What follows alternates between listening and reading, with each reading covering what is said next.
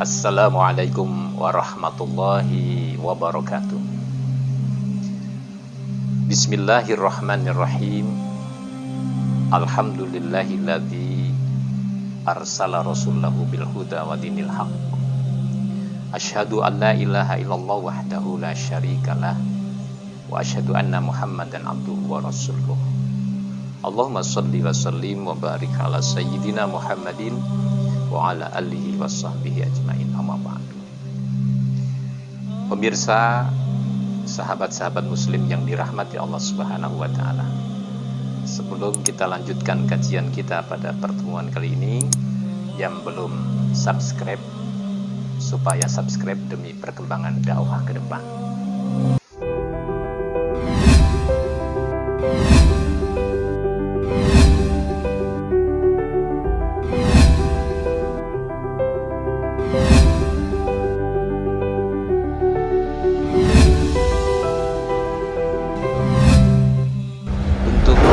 Materi kali ini yang akan kita bahas adalah berkaitan dengan wudhu. Karena wudhu sangat penting sekali, dan ini merupakan salah satu pintu kita menjadi sah dan tidaknya adalah bagaimana wudhu kita. Di dalam surah Al-Maidah ayat yang ke-5 sampai yang ke-6, Allah Subhanahu wa taala berfirman, qala Allah taala, a'udzu billahi minasyaitonir rajim. Bismillahirrahmanirrahim. Ya ayyuhalladzina amanu idza kuntum ilas shalah waghsilu wujuhakum wa aydiyakum ilal marafiqi wamsahu bi ru'usikum wa arjulakum ilal ka'bain. Shadaqallahul azim. Di dalam ayat tersebut Allah Subhanahu wa taala berfirman, wahai orang-orang yang beriman, apabila kamu sekalian ingin melaksanakan sholat, waghsilu wujuhakum, maka basuhlah wajahmu, wa aydiyakum, dan kedua tanganmu, ilal marafiqi, sampai ke siku, wamsahu biru'usikum, dan usaplah kepalamu, wa arjulakum ilal ka'bain, dan basuhlah kakimu sampai kedua mata kaki. Ayat ini adalah merupakan perintah Allah Subhanahu wa taala kepada orang-orang yang beriman, bahwasanya ketika seseorang ingin melaksanakan sholat, bukan hanya menjaga terhadap kesucian hatinya, tetapi juga kesucian zahiriahnya. Salah satunya adalah dengan berwudu. Nah, wudu inilah yang diperintahkan oleh Allah Subhanahu wa taala agar membasuh muka kita, karena muka itu adalah merupakan bagian yang sangat pokok di dalam anggota tubuh manusia.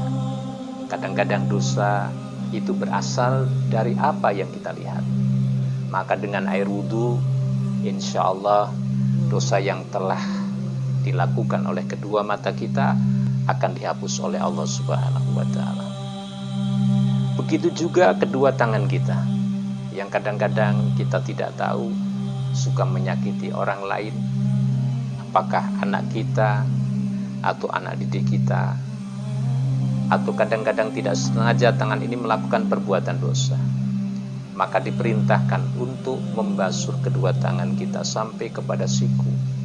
Dan ini merupakan sebuah isyarat kepada kita semua, bahwa sebelum melaksanakan sholat, dosa-dosa yang dilakukan oleh anggota tangan ini supaya kita hapus.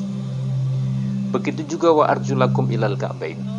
Allah memerintahkan supaya membasuh kaki kita, membasuh kedua kaki kita sampai ke mata kaki, karena kaki merupakan langkah yang nanti akan menjadi saksi di hari kiamat.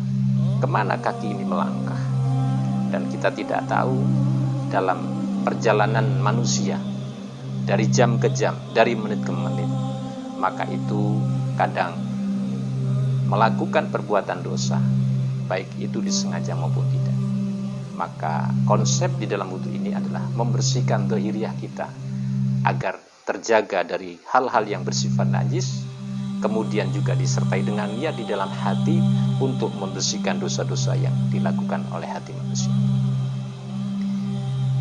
Di dalam hadis yang diriwayatkan oleh Abu Hurairah radhiyallahu anhu, sami'tu Rasulullah sallallahu alaihi wasallam yaqul, aku mendengar Rasulullah sallallahu alaihi wasallam bersabda. Nah, di dalam hadis tersebut baginda Nabi besar Muhammad sallallahu alaihi wasallam bersabda, inna ummati yud'auna yaumal qiyamati gurran mu'ajjalina min asaril wudu. Sesungguhnya umatku nanti akan dipanggil, akan datang di hari kiamat gurran mu'ajjalina min asaril wudu, dengan wajah yang cemerlang. Dari mana di hari kiamat manusia dipanggil oleh Allah memiliki cahaya yang cemerlang? Berarti ketika ada orang yang memiliki wajah cemerlang, ada juga yang tidak cemerlang. Ternyata pengaruh daripada wudhu inilah yang menjadikan wajah kita nanti berseri-seri. Min asaril wudhu. Jadi dari bekas air wudhu yang telah kita basuhkan di dalam muka kita, yang telah kita usapkan di dalam kepala kita, kemudian yang telah membasahi kedua tangan kita, begitu juga kaki kita. Nah, siapa yang nanti di hari kiamat akan semakin cemerlang di dalam wajahnya? Tentunya supaya mengerjakan kesempurnaan wudhu ini dengan sebaik-baiknya. Famanis tato aminkum ayutila gurrotahu falyaf'al. Maka siapa yang akan menghendaki kecemerlangan wajah yang luar biasa, ya tentunya sempurnakan wudhu itu dengan baik. Bukan hanya sekedar wudhu yang dilakukan dengan asal-asalan. Nah, ini pentingnya wudhu yang telah dilakukan oleh orang-orang yang beriman kepada Allah. Sebelum melaksanakan sholat, wudhu pun menjadi salah satu sarana untuk menghapus dosa-dosa kita. Kemudian Rasulullah Shallallahu Alaihi Wasallam bersabda, tablugul hilyata minal mu'min khaisu yablugul wudu. Batas perhiasan seorang mukmin adalah batasan di mana basuhan air wudu. Jadi orang mukmin itu adalah orang yang benar-benar diberikan kemuliaan oleh Allah Subhanahu wa taala. Nah, air wudu yang telah dibasuhkan di dalam muka kita tentu akan menghapus dosa-dosa dari pandangan kedua mata kita, bersama dengan air yang mengalir yang kita gunakan untuk berwudu. Nah, kemudian dosa yang ada di dalam tangan kita itu pun akan dibersihkan dengan air wudu yang mengalir bersama dengan aliran yang ada di dalam tangan kita. Jadi dosa yang telah dilakukan oleh seorang hamba adalah merupakan satu hal yang harus kita jaga agar pada waktu ke waktu manusia tidak bertumbuh dengan dosa. Nah, ini bagi siapa? Bagi orang yang menjaga wudu, bagi orang yang menjaga sholat. Tentunya bagi orang yang meninggalkan sholat berarti meninggalkan wudu. Kalau meninggalkan wudu, kita tidak tahu seberapa besar dosa manusia yang terus bertumpuk. Walaupun dosa yang kecil, ketika tidak pernah beristighfar kepada Allah, enggak memohon ampun kepada Allah, ini akan menjadikan dosa yang sangat besar. Tetapi ketika seseorang melakukan apa yang menjadi salah satu perintah Allah dengan sebaik-baiknya, itu akan menjadi pencerah, akan menjadi penghapus dosa-dosa kita. Oleh karena itu, saya mengajak saudara-saudaraku sekalian, kaum muslimin dan muslimat, mari kita menjaga wudu kita, mari kita menyempurnakan wudu kita, dan mari kita menjaga sholat kita. Kalau orang menjaga sholat, berarti orang menjaga wudu. Kalau orang menjaga wudu, maka akan dijaga oleh Allah dari perbuatan-perbuatan dosa. Mudah-mudahan kajian kita pada kesempatan kali ini bisa untuk kembali merefleksi terhadap apa yang sudah kita lakukan selama ini. Maka untuk menyempurnakan ibadah kita, tentu kita harus lebih banyak juga belajar kepada orang-orang yang berpengetahuan tentang keagamaan.